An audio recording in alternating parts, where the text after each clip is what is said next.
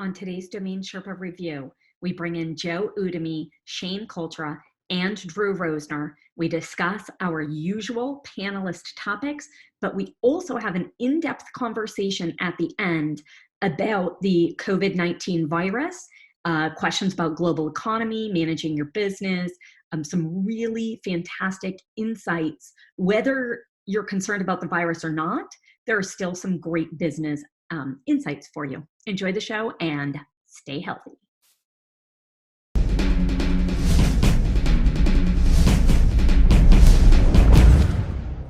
Hey Sherpa Network, I'm Tess Diaz, executive producer of DomainSherpa.com, and today we have a great lineup.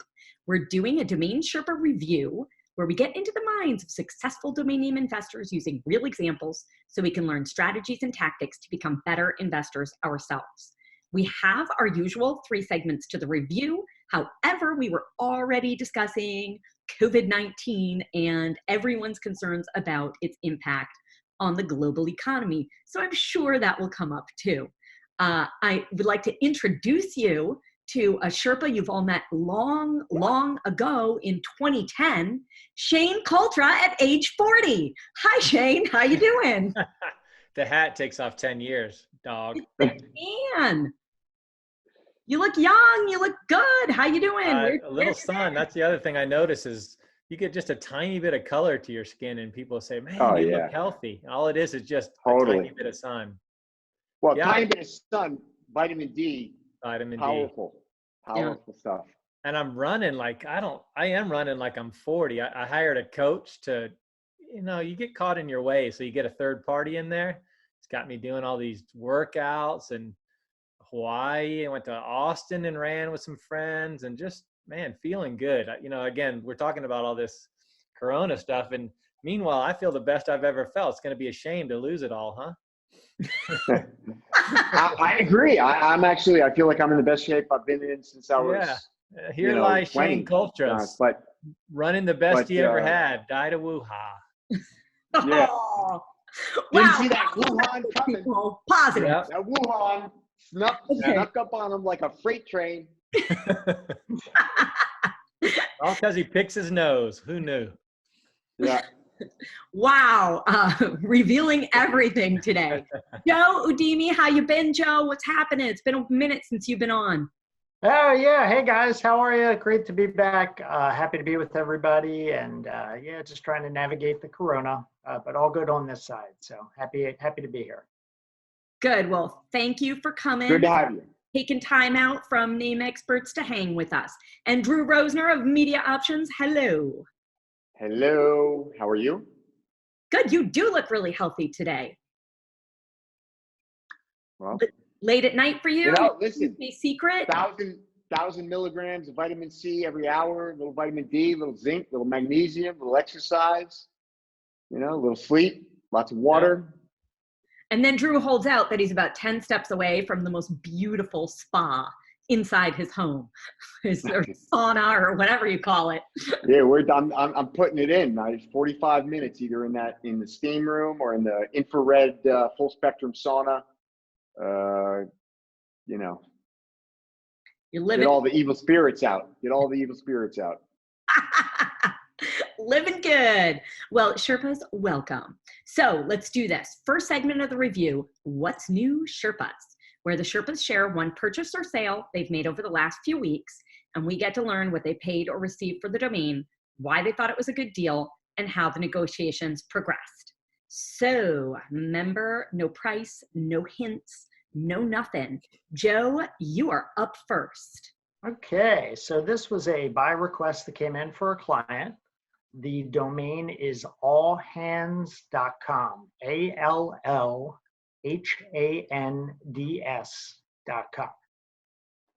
I like it. That's a good one. Mm-hmm. I like it. Who's going first? Shane? Me? You go first. So I love the name. Allhands.com is a great name. Like all hands on deck. I would actually, the first thing that came to mind is that it would sell to On Deck. I don't know if it did or not. We used to work with them back in the day. But allhands.com. I'm going to say, you know, it's one of those names that probably punches above its weight. I think it's, you know, I'm going to say $35,000. I would have normally said, you know, 10 to 15, maybe 20. But I think it's, you know, it's one of those names. It's like you're going to go in there and either the owner knows that it's a really cool name that can punch above its weight. And it's one of those rare sort of phrase names that I think could, in the right, you know, to the right buyer at the right time, could be worth 75, 100 grand. But I think to the average person, you're going to go allhands.com, 5, 10, 15, 20 grand max. You know, sort of in that bucket of 10 to 25 that I always sort of say for those types of things. But I like this one. So I'm going to say 35. Okay. Shane, even though you have 10 years less experience than last week because in 2010, could you give us a 2020 pricing evaluation? I agree with Drew, but I do think they came to Joe because Joe could come in there and work a deal. That's why they hired him. So I think that he got a better price because that's his job, is to get his clients a good price. So I'm going to say, I don't know I don't know who it was or anything, but I'd say 12.5 because the person on the other side, I think it's a great name, but I don't think it's a guy. I don't think he's getting pinged every day to get it purchased. So I'm going to say 12.5. That's what came to mind right off my top of my head. Okay. All right. All right, Joe, take us through it. All right. So the buyer came to me looking for this specific domain. There were a couple other alternatives that they were considering, but at the end of the day, this was the first target. The seller owned the name for quite some time. They had an old website attached to it. They weren't really doing much with it, but really they were looking for a number somewhere in the higher 5 figures. Ultimately, between negotiations back and forth, we settled on a price of $32,000. Nice job, Drew. Wow. Boom. So that was good. Honestly, I think you did a great job for the client. I think that's, like I said, I mean, you know, if you catch somebody sleeping, I could see you picking up that name up for 10, 15, 20 grand. But I really do think that that's a $50,000 to $75,000 name. And so I think at 32 grand, they got a great deal. I really do. Yeah, the buyer was very happy at the end of the day. So really that was what we were after. And really the seller was comfortable too. So I think it was a win-win for both sides. Yep. Congrats. Nice work. Very nice. Thanks. Good job. Thanks. Yeah, I mean, it makes it, the circumstances make all the difference in the world. You know, whether it's a new site, old site, but if somebody's actually doing commerce on it, that changes everything. Yeah. The fact that they have a working email that they use for school email may add $10,000 to a price because they're like, oh man, I use that for my daughter's update 75 class. things. Yeah. Yeah, and I don't want to go through all that changes. So there's just so many little details that can add quite a bit of price to it. So that's good for both sides, it sounds like. So tell me something, Joe. You said they had a few names, and this is how you like to see a startup approach a broker, with a few names in mind. And I'm sure you gave them some guidance back and forth on the pricing within. Did you reach out on all the names? Or did they want you to just reach out on all hands first, see if they were reasonable, and then if not, they had a plan B in place? It's a great question. So ultimately there were about 6 domain names that they wanted me to do some research on, see who owned them, see if there was any history to them, and you know, the process that we go through as brokers. So I'd say there were a target of 6 names. We did reach out on all 6 of those names. 3 of those names were not going to be attainable price-wise for the client. So then we had to, but ultimately all hands was the first selection. So it just worked out in the favor of the client. Okay. And any advice?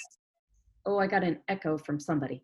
Any advice on for startups in general, or for brokers working with startups, on how to guide them?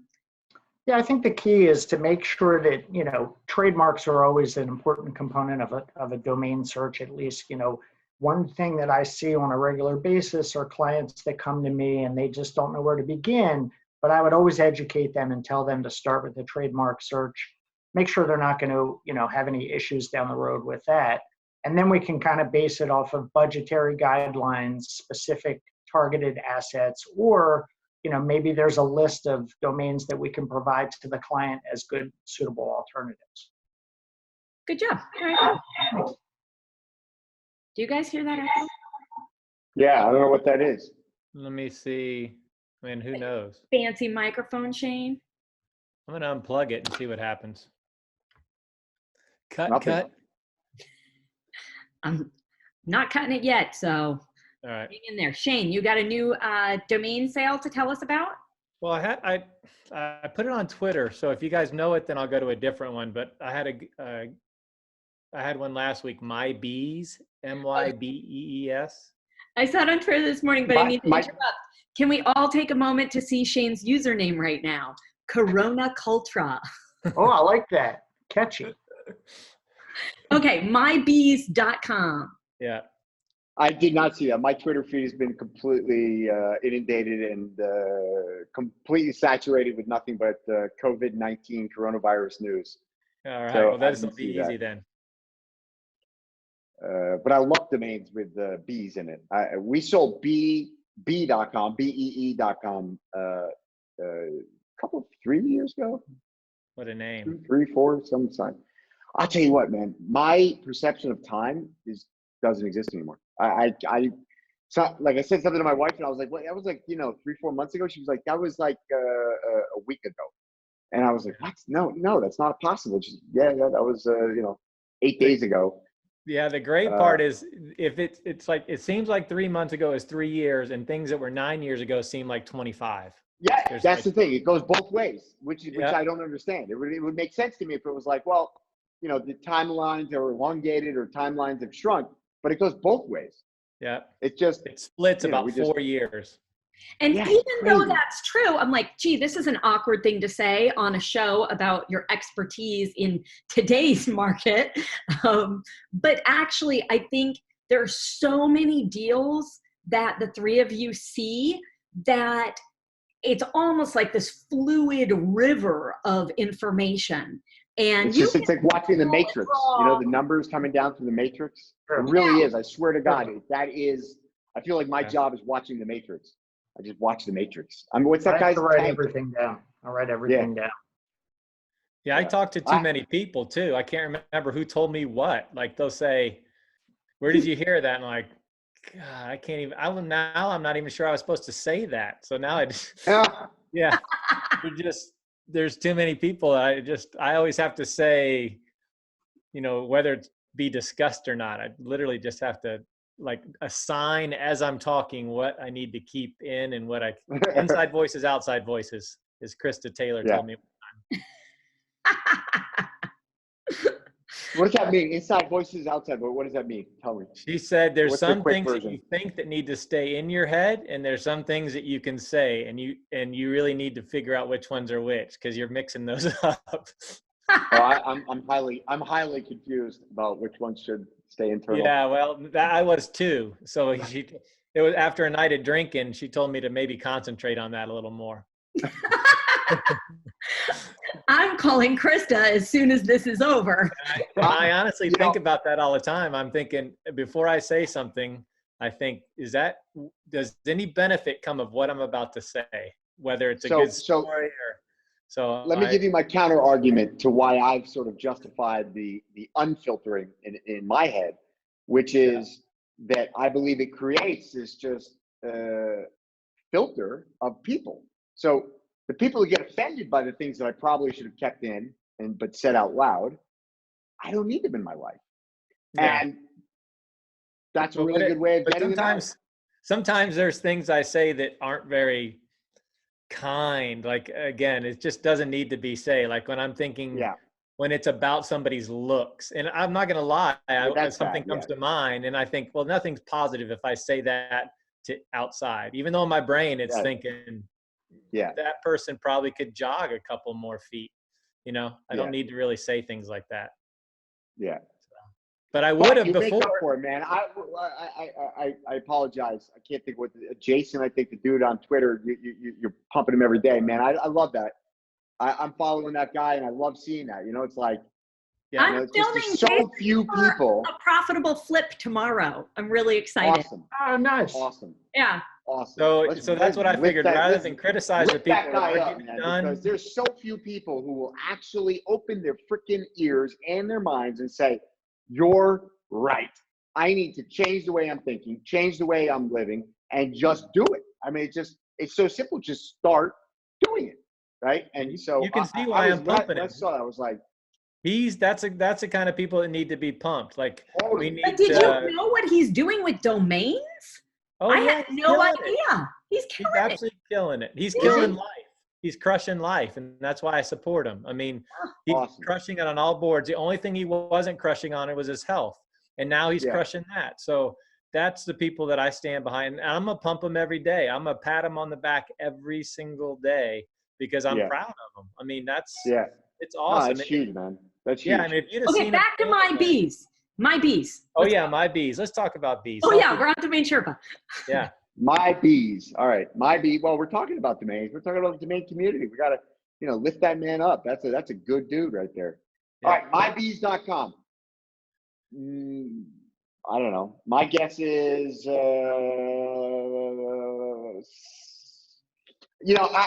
it's probably going to be $3,888 because it's Shane. But I'm going to go double that because I really like domains with the word bees, and it's hard to find good ones. And mybees.com is a great one. And I mean, that could be a huge thing for beekeeper community or something like that, or shared, shared honeypot type thing. So I'm going to say $7,500. Okay, 7,500. Joe? That's a good guess. I was thinking a little bit lower than that. I'm gonna take a stab and say 4,500, maybe as high as 5,000, but I'm gonna say 4,500 bucks. Okay, I saw who you sold it to in your tweet, but not how much. I would just like, for the record, to say I'm with Joe on this one. All right, how much? 8,500. Oh! Oh! Sorry, Drew. Man, I am on point today. I'm on point. Yeah, so I just bought it. Whoa! I bought it 5 months ago, 4 or 5 months ago on GoDaddy auctions for like 2,000. And then Afternick's broker from Afternick said, "Hey, I got a client that I got it up to your minimum offer." You know how you have the thing on Afternick, which I never even realized. Yeah. Half the time. I have no idea what my floor is. I don't remember filling it out, but anyway, that was my floor. And he said, they did the typical, that's as high as my client. I already got him as high as I could. I've done it. Yeah. Worked it 3 times to where I can contact you. And then I thought about it, and normally I would negotiate, but I was like, I just bought it for 8,500 is a good 5-month flip. Done. I didn't really even take it any further. Honestly, there's been so many domains the last couple of months that $100 ad or $1,000 ad turned them away, and I probably would have taken the first one. And so finally, I just threw it. I'm just going to take the 8,500. It's a good one, and like you said, you saw on Twitter, it went to a Dominican Republic beer distributor. It's a beer distributor. So and my bees, I don't get it. It's like social cerveceria. I don't know. I don't get it what they do. I don't get what they're doing, but their money's green. That's right. Exactly. It was in American dollars, and the beekeepers. More power to you. Yeah. Drink up. It's not going. But I'm a bee guy too. I've been buying bee names like crazy. I registered like 10 good hand register on bees and honey names. And I bought Honey Life the other day. And I thought that was a great name, Honey Life. What'd you buy that for? It was like $400. Oh, I like that. That's nice. Yeah, there's been a lot of great names. I mean, I've been buying and again, I don't give it away, but they're pretty much gone. But like Dragon Honey and Orchid Honey and, adjective honey names. I think bees and honey are an important part of what we do. And of course, absolutely. Yeah. All right, Drew, what'd you buy or sell lately? All right. I'm going to go with hypernova.com. Hypernova.com. Buy or sell? Buy. Can I ask if you bought this for yourself or you bought this for a client? Nope. No, just for our own inventory. Hypernova. Who goes first here? You look eager. You're on the seat of your seat of your chair. Let's go, Mr. Eager Beaver. I like it. I think it's catchy. You know, I'm really bullish on these two-word.coms lately. I think there's a lot of value out there. Whether you're an investor or, you know, whatever type of name you're trying to buy, the two words are really good. Yeah. Technically, it's a one word. Hypernova. Yeah, I was going to say, he's going to granddaddy. Okay. All right. So, right. Granddaddy of a supernova. Ooh, that's a good one. I like that. So you bought it for your inventory. I'm going to say you paid $16,500 for it. And obviously Supernova is a 6-figure plus name. Sure. People don't know Hypernova as well, but it still doesn't matter. That's the point of branding. And a hypernova is bigger and more powerful than a supernova. Yeah, no, it's the granddaddy. It's you know, supernova's in terms daddy. of physics. In terms of physics, hypernova is, you know, that's where it's at. That's how you create worlds. Yeah. Well, boy, now that you say that, it's got to be more than that. No, I will. God, I don't. You know, those names, I just don't have any clue. I will say that you're feeling flush, so I'm gonna say 18,000. I'm gonna say you go a little bit higher than that. I don't know. All right, so you're both wrong. I paid 12,000, which I thought was a steal. Yeah. Good price. And yeah, that's pretty much all I got to say about that. But yeah, I like it. I thought that was a great name and a good price. Who brought it to you? How'd you get it? Just Jack Calvin. I think, yeah, it was Jack Calvin. But just to correct you, you know, our which is not a bad segue into what we were talking about before the show, thinking about how does the coronavirus affect the domain industry. But I'm not feeling flush at all at the moment. At the moment, I'm actually trying to take a pretty conservative stance and position ourselves for, you know, some turbulence. But you know, I think, you know, a hypernova.com at 12 grand, that's you know, that's money in the bank. I'll take that through whatever recession. It's a great name. Yeah. Agreed. There's nothing wrong with keeping your powder dry, as they say. Nothing wrong at all. Yeah, exactly. I mean, listen, you know, as Baron von Rothschild said, you know, the time to buy is when there's blood in the streets. And, you know, as horrible as it sounds, I think we're about to have a lot of blood in the streets. So, you know, I think keeping your powder dry is probably a pretty good strategy at the moment. But at the same time, you got to, you know, this business is all about timing. So when you got an opportunity in front of you, you can't just say, oh, I'm going to keep my powder dry and wait, because that will sell. And so volatility is how you make money in assets. That's right. If things all go up or all go down or all stay the same, nothing happens. We need this. I mean, everybody hates to hear this, but if you want to make money in assets, you have to have volatility. And yep. I love it. I mean, I don't want anybody to get hurt. I can preface everything I say the rest of the show. I don't want anybody to die or get hurt. Yes. Give me chaos, man. Chaos is what pays the bills. Me too, man. I love it. I thrive in chaos. The stock market, I was so happy to see Apple go way down. I mean, I'm definitely going to be hurt, but there's a couple of things that I wanted to be in that had run a little bit that I needed it to come down to get some better prices. And domains may be one of them. The Chinese market, you know, Zoom ain't giving you an opportunity. That's for damn sure. Well, yeah, but it did running down away. like 11 points after we talked about it that day. Yeah. But now it's right back up. I know, but that's opportunity. That's where we started this concept. Yeah, but I like bigger moves than that. Yeah, I you know, but I want to see a nice 50, 60, 70% market correction. Set us back 20 years. just go all in, close my eyes, walk away, and wake up as Warren Buffett. There's plenty of opportunity right now. There's no doubt about it.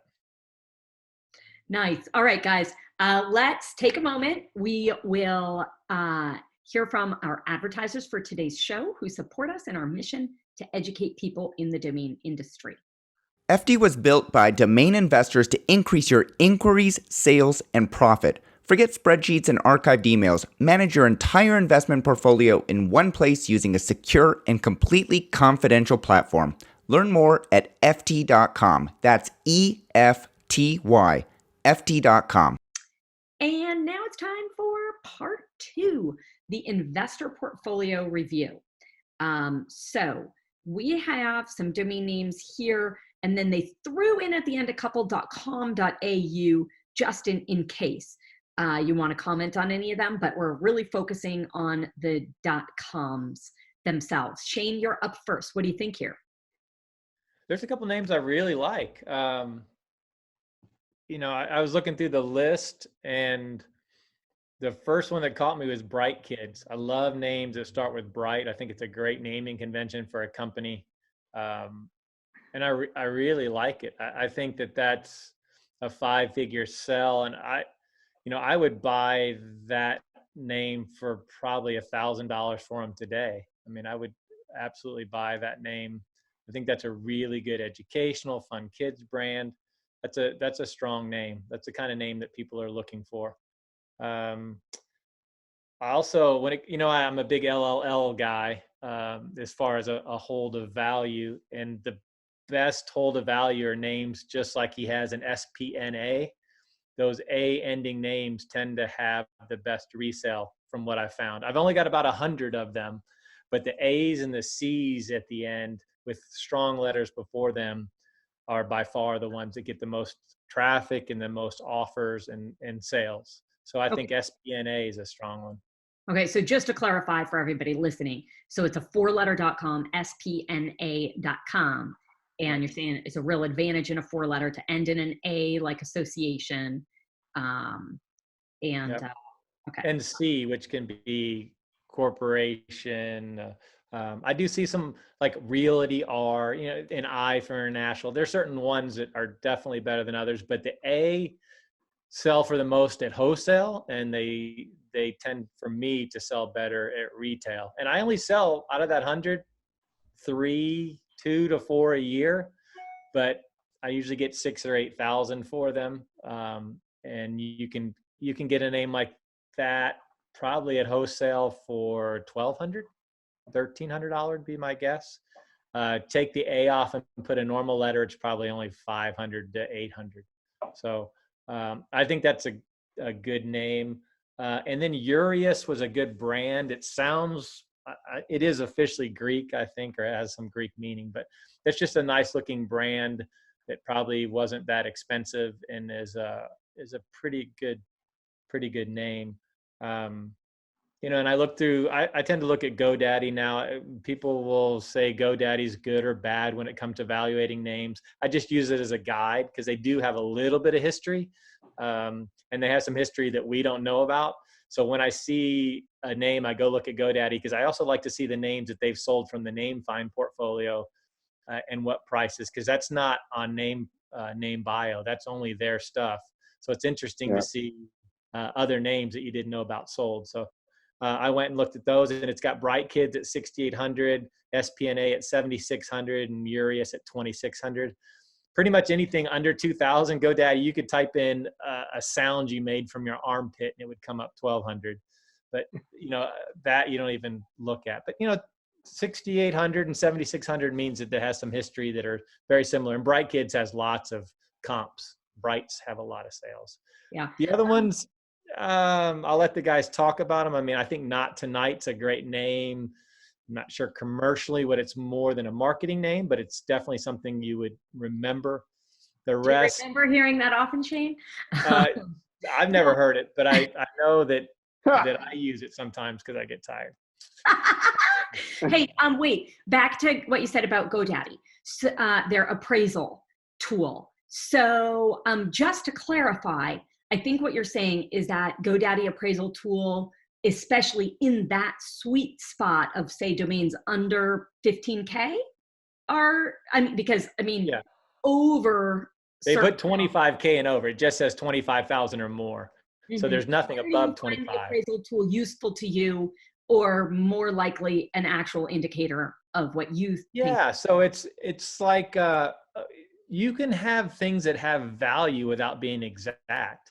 As long as it's apples to apples, it gives you it's a tool. So when I'm looking for expired names, I'll look through how many extensions are taken, and I'll look through GoDaddy's valuation, because the names that they value higher tend to be better names, especially in that 2,000 to 10,000.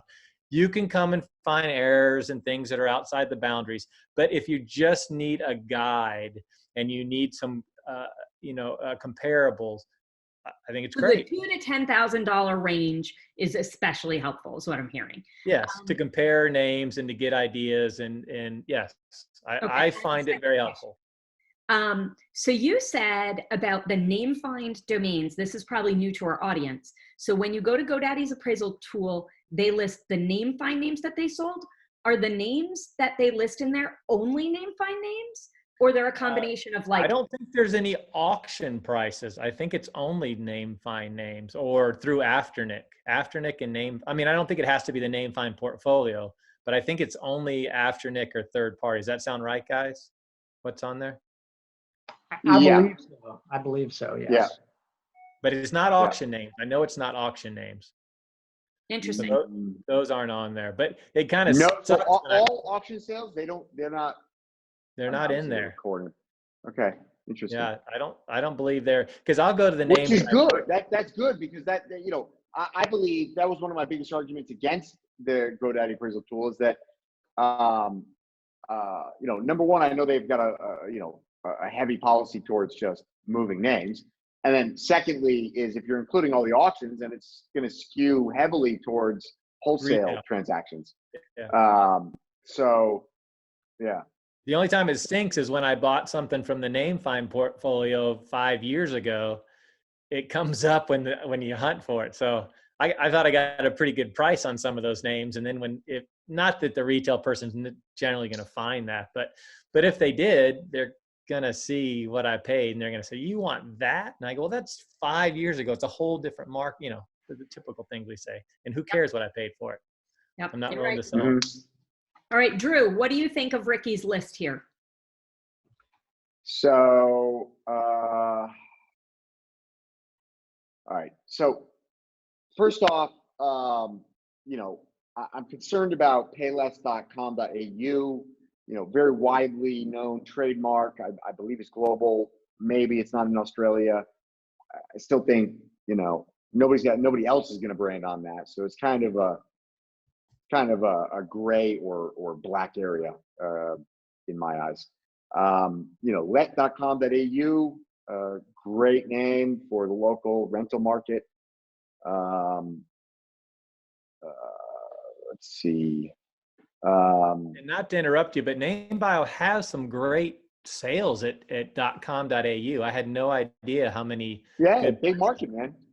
Yeah, big market, and Australians get domains. That's why we got such a big, I would say, an overweighted skew of Australian domainers versus other countries. I think we've got definitely a heavy skew towards Australians relative to the size of the country. They seem to get it. South Africa too. When I was in South Africa, I also noticed that they really seem to get domains.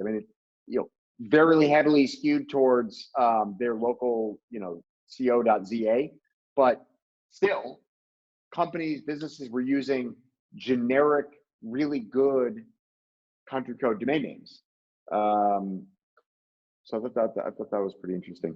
What's the can I add something to that real quick? Yeah. Yeah, the saturation level in these countries for domain usage and renewals is extremely high. Germany is another good. Europe, these are great markets for sure. So, I think let.com.au is a great asset in that for sure. Yeah. Thanks. It's not, So there's this one. For I'm some not sure. reason, I kind of like this Urius. I don't know why. It just sounds like a Greek god or something, like Urius. Bow down before Urius. You know, I don't know. That's kind of it. You know, there's a lot of things on here that I'm, you know, that I don't hate, but I don't love. Linkist.com, like, you know, I wouldn't tell you to let it expire. I don't love it though. Geek Free, I would say no, that's that one's the best believer. one in my opinion, and I should have given it to not in all caps. It's Get Inked, like tattoos. Yeah. Oh, Or signing a paper or mortgage or whatever. Get Inked. I kind of like that as for a tattoo studio. But again, you know, it's like we could all of us say, "Oh my God, Revelation! That's the best tattoo domain in the history of mankind." That shits on tattoo.com. But at the end of the day, it's going to sell to a tattoo studio. And how much can a tattoo studio afford to pay? So, you know, you've got an upper limit of maybe $5,000, right? At best. So I do like Get Inked. I do. I think that's a great marketing name. Great. Coronavirus. I saw that. For our listeners, I just sneezed on mute. Drew, nothing gets by him.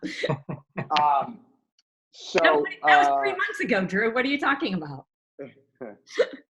So yeah, I like it, but it's like you're gonna carry that name 10 years, and you know, it depends on what you got into it. You know, how many renewal fees you're gonna pay, and then you know, your best case scenario likely is a 2,500 to 5,000 sale. Okay. But I do like it. It's a good name. Not Tonight, I think is hilarious. I don't know what like Shane said, I don't know what the commercial use case is. I could see it.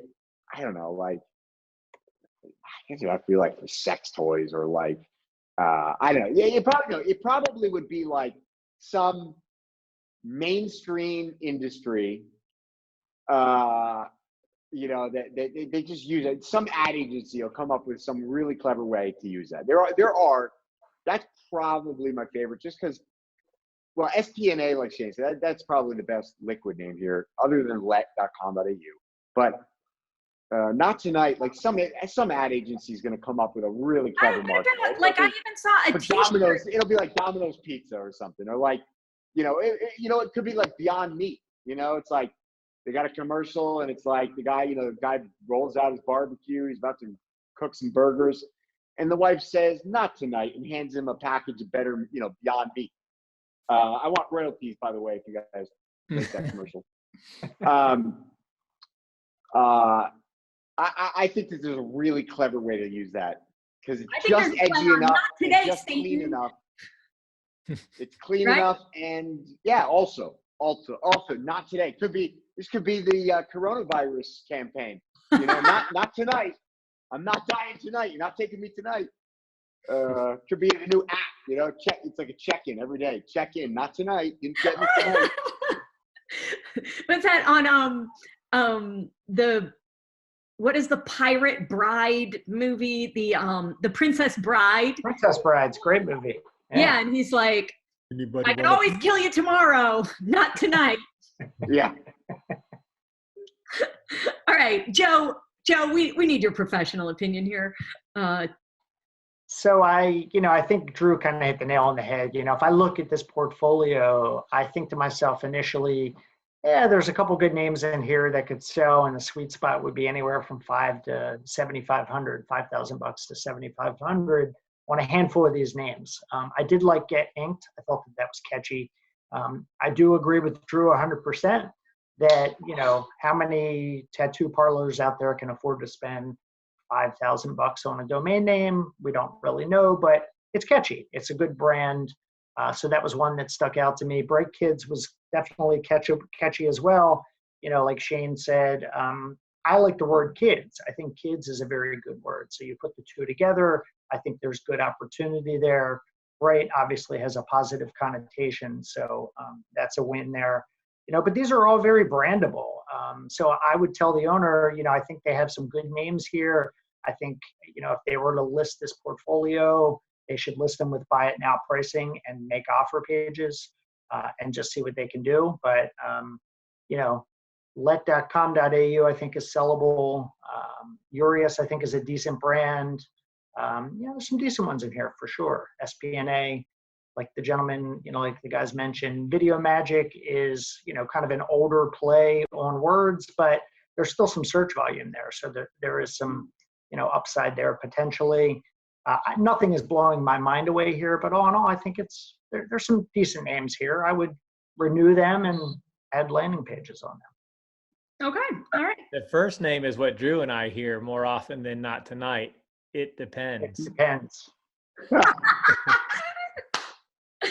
All right, Ricky, thank you for submitting your portfolio, not only for yourself, but for all of the Sherpa Network to learn here. I hope the review's been helpful to you, and keep in touch. We'll see what happens. And thank you very much for your donation to Fred Hutch Cancer Research. That is such an important part of what everyone needs as our health is always so, new things, old things, but gotta have it researched and make progress. So let's take a moment for our sponsors, and then we'll jump into the next part. FD was built by domain investors to increase your inquiries, sales, and profit. Forget spreadsheets and archived emails. Manage your entire investment portfolio in one place using a secure and completely confidential platform. Learn more at ft.com. That's EFTY, ft.com. So time for the NameJet Marketplace list. Thank you to NameJet for sponsoring us here. We're reviewing domains heading to auction soon. If you like one of the names below, you need to click through pretty soon because once they go to auction, you can't watch them or bid on them anymore. So, Drew, you are numero uno.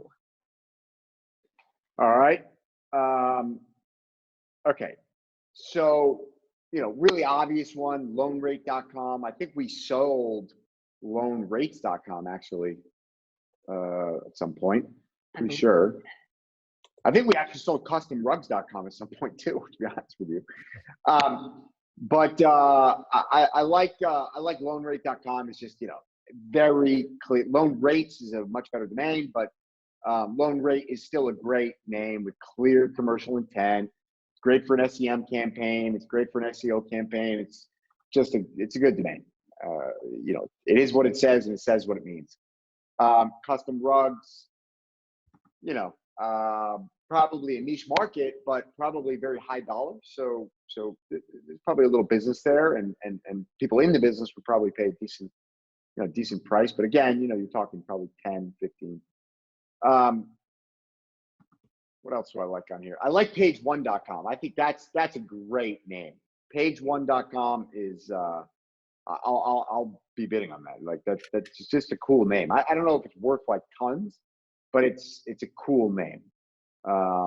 The downside of it is that you almost have to have both page number one and then page one.com, and that's 100%. Yeah, and I think the ONE is really the better play here. And so probably I was looking at this list and I'm like, man, page one, that's a great name. And then I was like, well, and then when you type it out, it's I think you're right. I agree. Any ideas on a price that you would pay for it on page one? Well, I'm going to bid for it, so I'm not going to really say that. Okay. But Money Zone, I like that one, but again, check your trademarks. Electric blankets. That's probably the sleeper here. I've got quite a bit of experience in this space, the sleep space. And that's a sleeper. That's a great name. Wealth Exchange. There's a bunch of great names on here. It's Wealth Exchange, Science Nation. Again, it all comes down to upside versus downside. It's like, if you can get into Science Nation for a couple $100, I think that's a great name to pick up. But it's not a name you want to pay $2,000 for. Wealth exchange, kind of the same thing. It's like you can get that for a couple $100, $500 max. Someday you probably sell it for 5, 10, 50. The names I don't like on here are like iChocolate. You know, everybody gets excited. Oh, chocolate.com, so 7 figures. iChocolate.com, not a bad name. I mean, I wouldn't, if I owned it, I'm certainly not going to let it expire. But I think, I don't know. I think there's a trend away from the I and E names. I think that there's, you know, I just don't think it's the chocolate space isn't a technological one. And so I don't know that the I or the E would add anything to it. I think it. You want just, my, not I. Yeah, exactly. My chocolate, your chocolate, get chocolate, try chocolate. I think those are all better than iChocolate. Okay. Good info. Thank you. Joe, you're up. Yeah, you know, not to sound like Drew, but I think this is a fairly decent portfolio. There are definitely some decent names in here. A couple of my favorites that stick out to me, Image Lab. You know, I like anything with lab in it. I think lab is a very sellable term. And when I look at domain names in general, I look at what's sellable, you know, and you know, it sounds simple, but really you have to dig a little bit deeper. You have to find out how much commercial appeal is really out there around the keyword. And then once you understand that, then you can find out how many people are going after it. Is there an active market for it? And really, that's when you can kind of set the tone for what these things will trade for, at least in my personal opinion. Custom rugs is a great domain. There's a lot of search volume around that term. It looks like, you know, and I vaguely remember some history on that domain too. I don't know if Drew sold it a couple of years ago and then it was sold before then or what happened, but I definitely remember the name. It's been around a bunch, but it's a decent one. I think for somebody that is niche in that space, they can do very well with customrugs.com. MoneyZone is another good brandable domain, just like Loan Rate. Both of them are good brands when it comes to financial. We all know the financial space is very strong. There's no reason to think that that's going to get, you know, any weaker anytime soon. Well, I mean, the markets in general are not doing so hot, but I think all in all, financial domains are safe. And then the last one I had on my list, actually I covered Image Lab. So yeah, those were the 3: Custom Rugs, MoneyZone, and Image Lab were my 3 favorites. Thanks, Joe. Sure. Is there a dinosaur here? You're up, Corona Cultra. It sound like a dog. I'm right there with the guys. I think that when I first looked at it, I thought these are product names. These are online store names with electric blankets and bikini store and stage lights. Like you take the S off of some of those and there's still, you know, electric blanket is still not really a brand, or at least not a great brand in my opinion. I think it's going to be selling electric blankets. And for me, with the Amazons of the world, that just becomes tougher and tougher and tougher to set up stores that sell other than, you know, one item, I guess is the word. To just sell electric blankets is a tough market. But it's, you know, it's a nice name, and electric blankets have, if you're going to look for a product, you want one that stays around forever. And electric blankets have been around for 30 years. I've had an electric blanket next to my bed since I was like 5, and I still have one. So I thought Image Lab was my favorite. Loan Rate's the best, most likely because of affiliate programs and the ability to make money. But Image Lab, if I were forming a company, Image Lab, just to, you know, it sounds like it's been around forever. It sounds exactly what they do, something with graphic design, photos. Image could be your social media image, your image overall. There's just so much with that name. To me, it's by far my favorite name on the list. Web fails would have been a big one. 2007, where we were showing guys tripping over trash cans falling into the water. Would have been a huge name. The I can has cheeseburger type domains, but that, and same with 111.info. I consider myself a numeric guy, but I don't know that the 3-number repeating .infos are quite as hot as they were 3 or 4 years ago. But I think all these names, I'll go on a limb and say all these names go for more than $800. Every single name except for the last 2 go for $800 or more at auction.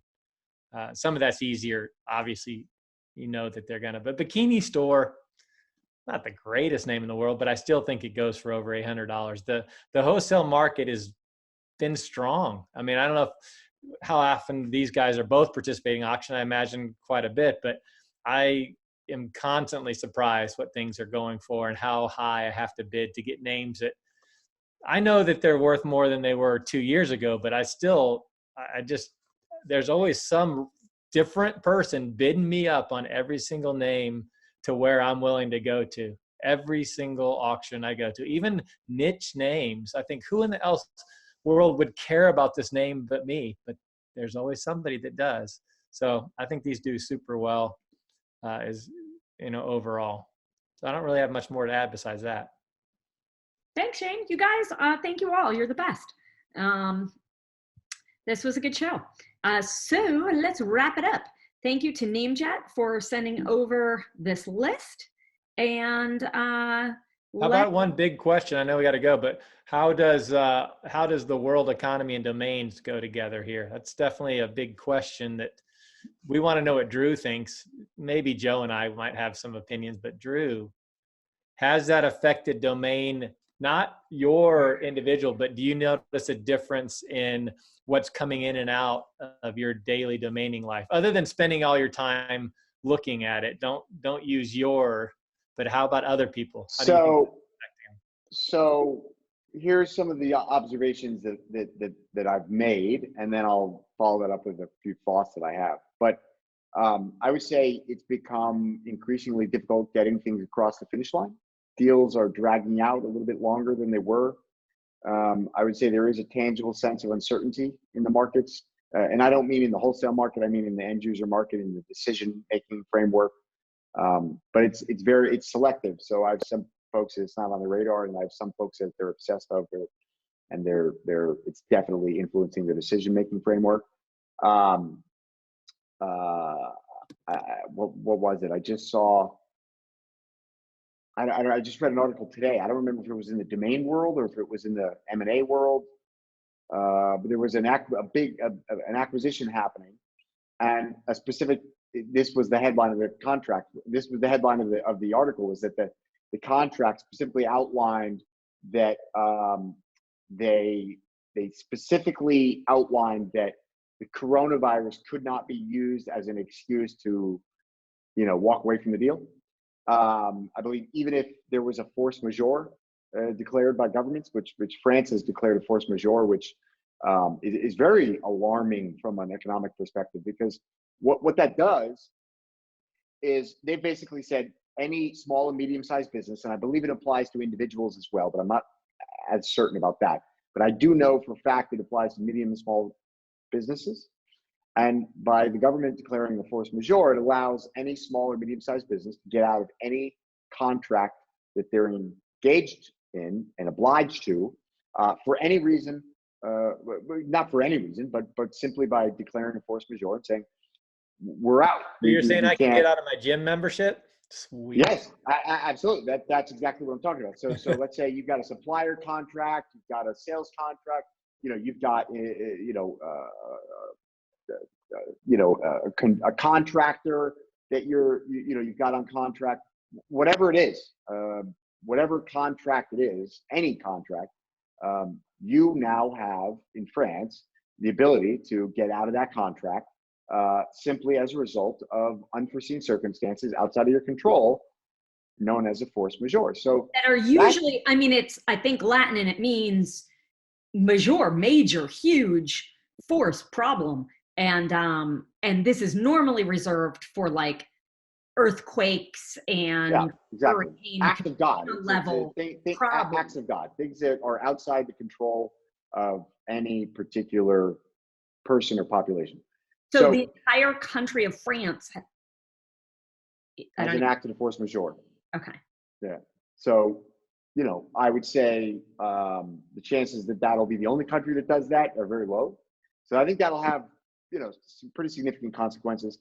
I think there's a lot of unknowns. Those are kind of the things that I've observed so far, is just, we're starting to see some lag and deals are being dragged out a little bit. We had a couple of deals that I thought were 100% going to close. It didn't. And whether or not that was directly attributed to this, I don't know, but I would imagine there was some uncertainty that drifted in that contributed to it. My thoughts are that we are going to face, pretty severe downturn economically. This is a really complicated situation that we're in. It's unprecedented, simply because we've got probably the greatest stimulus package in human history, teed up and ready to go from central banks and governments around the world.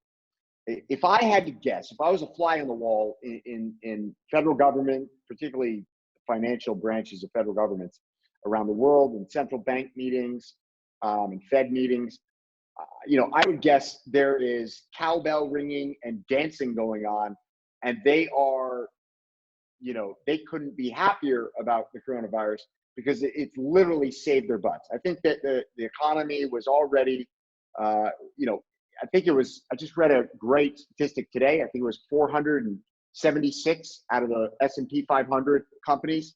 The average growth rate was going to be 0.6%. So in the first quarter of 2020. And so we were in a recession. We were basically in a recession already. We were headed, by all expert opinions, we were headed towards a recession. So I think this actually saved the butts of central bankers, governments, and bad leadership at a lot of companies that are really zombies. They've got untenable debt and slow growing or negative growth earnings. And I think that this stimulus package that's going to come down the pipeline, while I don't think that it will have any effect whatsoever on stymieing the chaos that will result from this virus, it may inflate, further inflate certain bubbles. And I think that there will be certain pockets in equities that will be unnaturally further inflated. I think that we're going to see, probably some further inflation in pockets of real estate. You're going to see further inflation in a bunch of different asset classes that really don't deserve any further inflation. But I think as it pertains to domain names, I think Richard Lau made a comment the other day, I don't remember on which blog, but he said, look, I think domain names fall into the stay home businesses and asset classes that will benefit from this. And I think I agree with that. I think that in the short to midterm, I think we got maybe another 3-4 weeks of call it business as usual, sort of slowly digesting the news as it comes out. And then I think we are going to see significant. We're going to air this a week from now. So it might be 2 to 3 weeks from that point. And then I think that we will come to a significant halt worldwide as everybody sort of pivots into chaos and well, I don't want to say chaos. And do you think that pivots into crisis management? The countries are going to pivot into crisis management. When I say countries, I mean we're talking about business leadership, government, medicine. Everybody's going to be reacting and not looking at how do I grow my business. They're going to be looking instead of looking at how they grow their business. Okay. Yeah, and so I think that's going to just kind of put demand, not just in domains, but I think that is going to put demand across the board on hold, probably for 60 to 90, probably 90 days at least, and then we'll see. If I'm being honest with what I believe, I think it's going to be materially longer than that. But I think to say that it will bring things to a halt for a period of 90 days is probably a pretty conservative and realistic estimation. I would guess. Who am I? And then I think Richard's right. I think that domain names, this will expedite the wave of already a fast-moving wave of digitalization. More businesses go digital. More people start working from home. That leads to more people starting their own businesses or side hustles, which is going to ultimately benefit domains. And it may be a bottom-up approach, which leads to what Joe was saying, which is, I think two-word.coms, I think, the cream of the crop, which is what I've been most bullish on. And I continue to be extremely bullish on, but I think that's going to sit on the sidelines for a little while. There's going to be pockets. There's going to be, projects that were already in the pipeline, businesses that are already funded that need to upgrade their domain or get a domain. And that will just happen as a result anyways. But I think the go forward in venture funding and all of that stuff, I think that will slow down. And I think that will have an impact on the short to midterm domain market, particularly at the high end, definitely at the low end. I think that sort of mid-level $2,500 to $25,000 market will do well. I think it might even thrive through this, taking into consideration there may be just, a global, universal, just sort of pause for a minute. But I do think that market will do better than most. And I think that on the backside of this, as we get to the other end of the tunnel, I think domains are going to do extremely well, simply because they will benefit from all of the sort of macro factors that this will sort of reprioritize. So I think, yeah. I think I'm going to do super well, because I think people are going to stay home and garden, because it's going to be one of the few things that makes them feel good. I honestly think that me selling plants will probably be our best year ever, because you're not going to travel. You're going to stay home and work. Listen, focus on herbs and vegetables. And I just spent, look, I'm probably overreacting. I'm definitely in the 1%, the 1% of, over preparing for this Armageddon.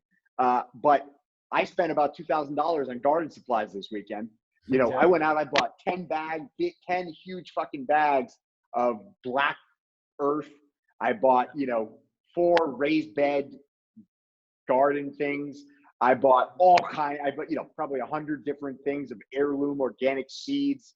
I've got, you name it, man. I got. We're all coming over. We're going to survive at your place between the garden and the sauna. I'm going to be killing it. I mean, it's Drew actually, won't let us in. We'll be. Yeah, I'll sell $5 tickets just to come in and shop like a museum. Yeah, I think, absolutely. again, again, I don't want anybody to get hurt. I don't want anybody to die, but we need things like this to put us all in check on what's important and how, just washing our hands. I know that sounds silly, but my gosh, you see people walking into things and taking, just never washing their hands when they go do things. That should be a simple part of life. And that's all that comes from this. That everybody figures out they're supposed to sing happy birthday twice and wash their hands, then this is a positive. We just need to be better. The face mask and all the crazy stuff, I don't know about that.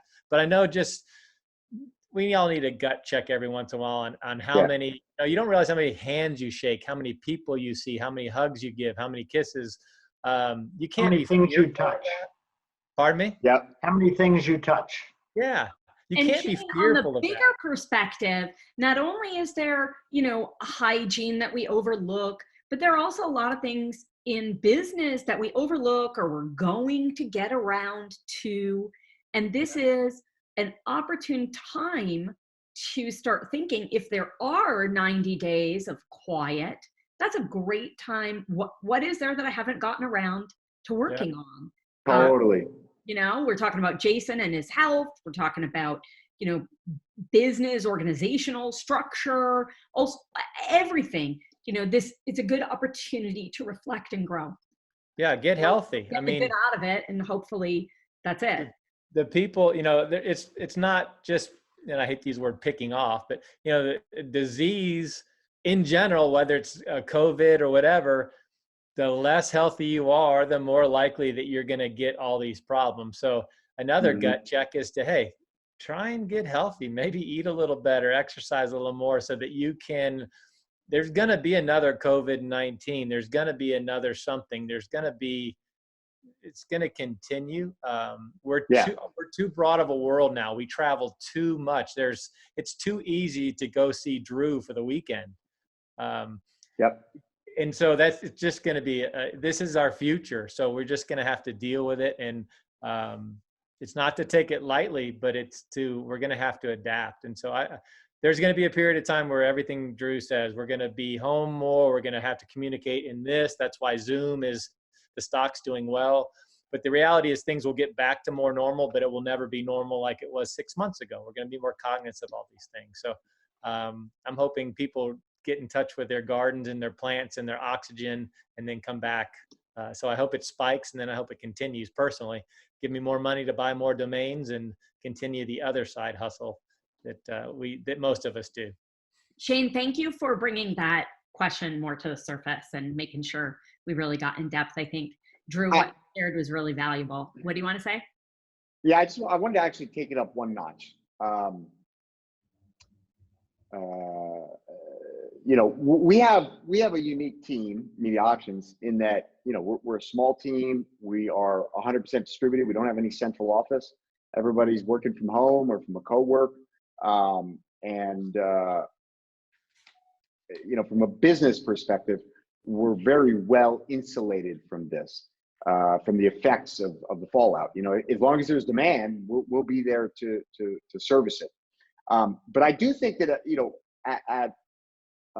you know, in general, across the board, I think that, you know, uncertainty is it's hard, man. Uncertainty is a cancer, and it eats at people. And so, you know, I think that one of the things, you know, we had our team meeting yesterday, Monday, as we always do, or most of the time.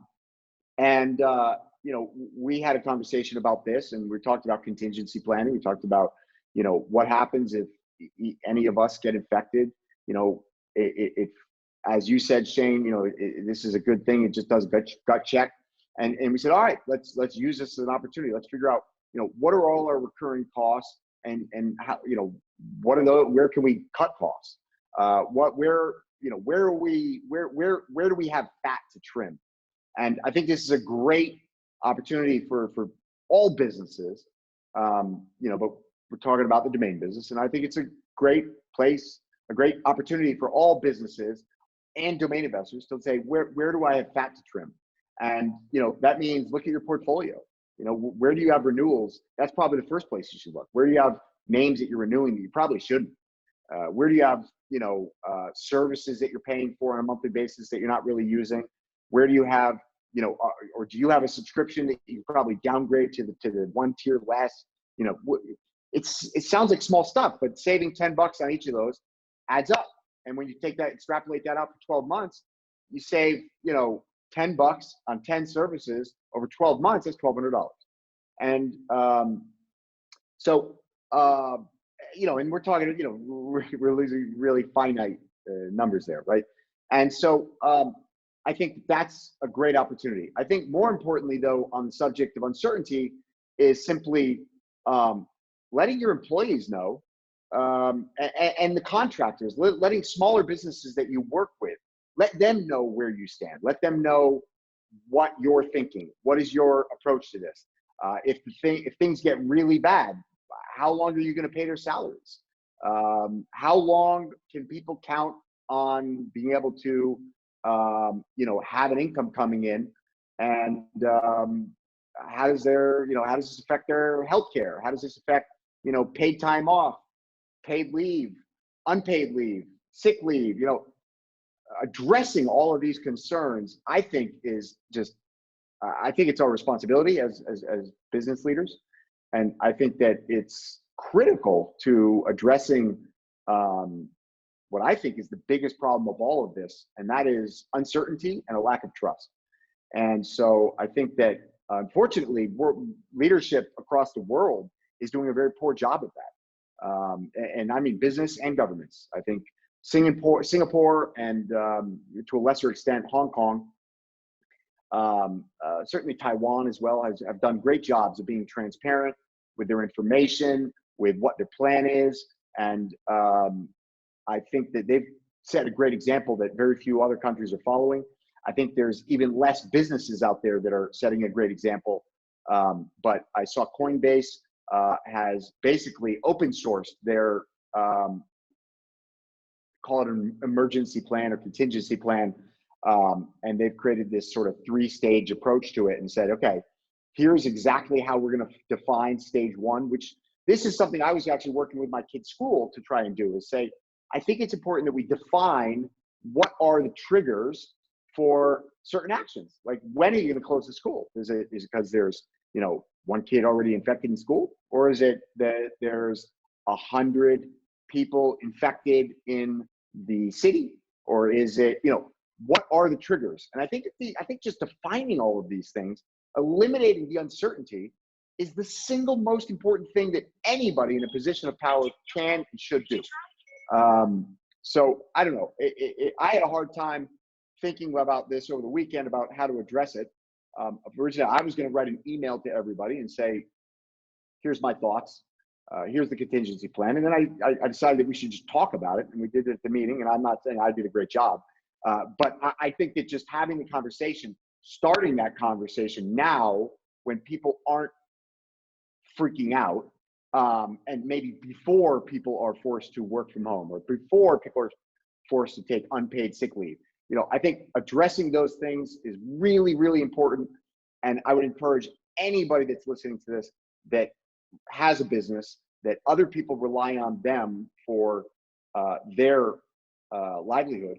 I think it's critical to have that conversation. I think it's important to just try and cover as many of those uncertainties that people have in their minds as possible, and just be realistic about it and transparent and say, this is what we can do. This is what we can afford to do. This is what we're committed to do. This is what we don't know yet. These are the things that we haven't decided on, but these are the things we have. But I think having a transparent conversation about this is really important. All right. So on that note. All right, thank you. On that note, I think we're going to sign off. This was an excellent session, I think, for every business owner and for employees too, to realize they can ask and get the communication started the other way. Thank you to each of you for all your time. Shout out to Ricky M, and we'll see you all next time. And shout out to Jason. Yeah, Keep going, man. I'm filming him tomorrow. All around. What's he call it? The Jason workout or the Shepherd workout? Something like that. That's fantastic. Cool. Thanks, guys. Just keep doing it. Just keep doing it. Yeah. Thanks, everybody. Bye. Thanks, everyone. Appreciate it.